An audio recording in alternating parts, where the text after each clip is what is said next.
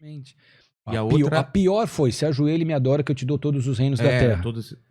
Que era uma forma de Jesus alcançar um objetivo dele sem passar pela cruz. Ah, entendi. Pra que passar na cruz? Me adora aqui que a gente resolve isso, eu te entrego todas as chaves do mundo. E ele tinha as chaves do mundo? Quando Adão caiu, Deus fez a terra para o homem. A terra era para ser uma colônia do céu, a terra era para ser uma reprodução do céu. Deus criou a terra, criou um ambiente perfeito chamado Jardim do Éden, botou ali um casal para uma comunhão perfeita com ele, falou: só não comam dessas árvores aqui da vida e do bem e do mal.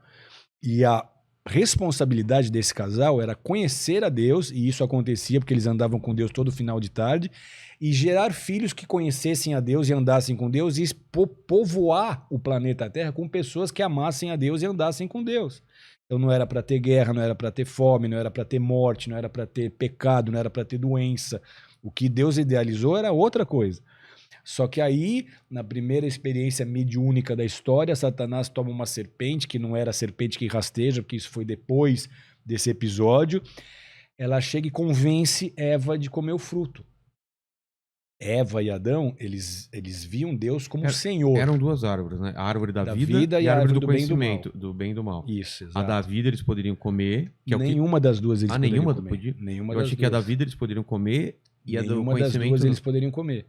Só que a ênfase é na árvore do conhecimento, porque foi a que eles comeram. Ah, tá. Então a serpente está lá tentando convencer Eva: come, Eva, você vai ter conhecimento, você vai ser como Deus, você vai ter sabedoria. Ela: não quero, Deus falou que não, come, Eva. Aí tem gente que brinca e fala: como é que a serpente convenceu Eva? Ela falou: come, bobo, emagrece. A Eva foi lá e comeu tudo. Então, na verdade, esse ato foi uma quebra de aliança. Essa desobediência foi uma quebra de aliança. Adão fez o mesmo. Qual foi a consequência disso? Eles tinham recebido de Deus autoridade sobre a terra. Com esse golpe de Satanás, ele toma a autoridade da terra. Ele passa a ter autoridade sobre a terra. Por isso que a Bíblia diz: o mundo jaz no maligno. Porque o homem perdeu esse domínio e essa autoridade quando Adão caiu. O que Jesus fez? O maior objetivo de Jesus foi restaurar essa autoridade. Porque quando Jesus morreu na cruz, ele toma as chaves de volta e entrega as chaves para a igreja. E fala: agora está com vocês. Durante os 3 dias, ele foi até o inferno. Ele foi até o inferno e pegou a chave. Pegou as chaves e tirou as pessoas que estavam ali também esperando pela vinda dele. Tanto é que quando Jesus ressuscitou, não foi só ele. A Bíblia fala das primícias da ressurreição. Todo mundo que tinha morrido antes dele ressuscitou. Porque quando Pedro pregou, 3.000 pessoas se converteram. Porque ele estava apavorado. Eles tinham acabado de ver os antepassados que estavam mortos andando pelas ruas de Jerusalém. Entendi. Isso foi um avivamento. Aquele é a primícia da ressurreição. Ou seja, todos nós vamos ressuscitar um dia.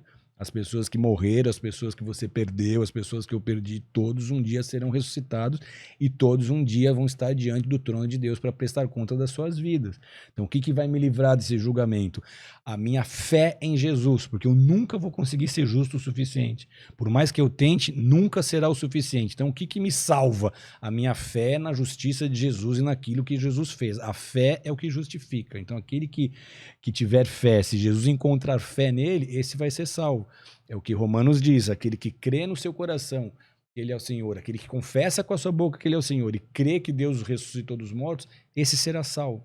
Então o que a gente precisa é isso, é crer em Jesus. Mas voltando ao lance da árvore, por que Deus simplesmente não tirou a árvore ou impediu que eles... Porque ele não queria criar robôs. Ele queria deixar o livre-arbítrio... Se você tem a mesma oportunidade de Deus, você poderia criar filhos que fossem como robôs, que te amassem automaticamente. Mas Deus não quer esse tipo de relacionamento. Deus quer ser amado por quem ele é. Ele quer te dar a escolha. E por isso que ele deu o livre-arbítrio para os homens. Ele te deu a opção de escolher, inclusive de rejeitá-lo. Ele te deu essa chance. Eu quero ser amado, eu quero me relacionar com você, mas eu quero que você queira isso também. Eu vou te dar a chance de você não querer se relacionar comigo e querer se afastar de mim, de querer me rejeitar. Então Deus criou pessoas porque ele ama. Se ele ama, ele faz pessoas livres. Ele não faz pessoas escravas nem dele mesmo. Entendi. E em relação aos últimos tempos, tem uma linha que acredita que já aconteceu o final do tempo na época de Jesus. Estavas falando sobre os tempos passados. Os pós-milenistas, eles pregam isso. Eles dizem que todas as profecias apocalípticas já se cumpriram na destruição de Jerusalém e que agora a igreja vai pregar o evangelho, vai dominar a terra e que Jesus vai voltar quando o evangelho estiver dominando tudo. Só que é uma linha que foi popular no início do século XX, com tudo que aconteceu no século XX, Primeira Guerra, Segunda Guerra, as doenças todas. Eles começaram a repensar isso, poxa, peraí, acho que não é bem assim. Isso voltou a ficar muito forte agora, tem muitos líderes pregando isso hoje, mas com essa pandemia, por exemplo, e com todos os sinais de que a nova ordem mundial está sendo implantada, muitos desses líderes vão ter que repensar sua posição teológica. E anticristo é uma coisa que de tempo em tempo o pessoal escolhe um para ser o anticristo, né? Todas as teorias possíveis já foram criadas sobre quem será o anticristo. E não vai Mas ser o tão fato fácil é que assim. muito provavelmente ele está vivo. Já está vivo? Muito provavelmente ele já está aí no cenário mundial e que daqui a pouco vai despontar. Que ainda não acendeu ainda, ele não A gente apareceu. não tem como saber. Existem muitas teorias. Eu tenho um amigo pessoal que já foi da Irmandade, que é essa cúpula mundial que prepara os governos para a vinda do anticristo, e os Illuminates e as grandes famílias poderosas, bilionárias. Então ele fez parte desse movimento, ele fez parte dessa Irmandade, e ele diz que eles prepararam 9 pessoas. Vai que uma morre, vai que outra acontece alguma coisa, e que todos os 9 estão preparados para incorporar Lúcifer. Caramba, cara. Então a gente não tem como saber, e nem é o nosso papel também ficar elucubrando. Nosso papel é pregar a palavra de Deus, salvar as pessoas que precisam escutar a palavra e nós mesmos garantirmos a nossa salvação vivendo aquilo que a gente prega. O arrebatamento, que você falou agora há pouco mesmo, ele é literal? Uma pessoa está aqui com você, no segundo seguinte ela não está mais? Seria isso? Ou é uma coisa também metafórica? Você tem em todas as profecias bíblicas do Antigo Testamento relacionadas à vinda do Messias, a primeira vinda do Messias, você tem o cumprimento delas todas de forma literal. Aquelas 120 foram de forma literal. Por quê e por que cargas d'água a gente vai achar que na segunda vinda vai deixar de ser literal se todas as profecias se cumpriram de forma literal?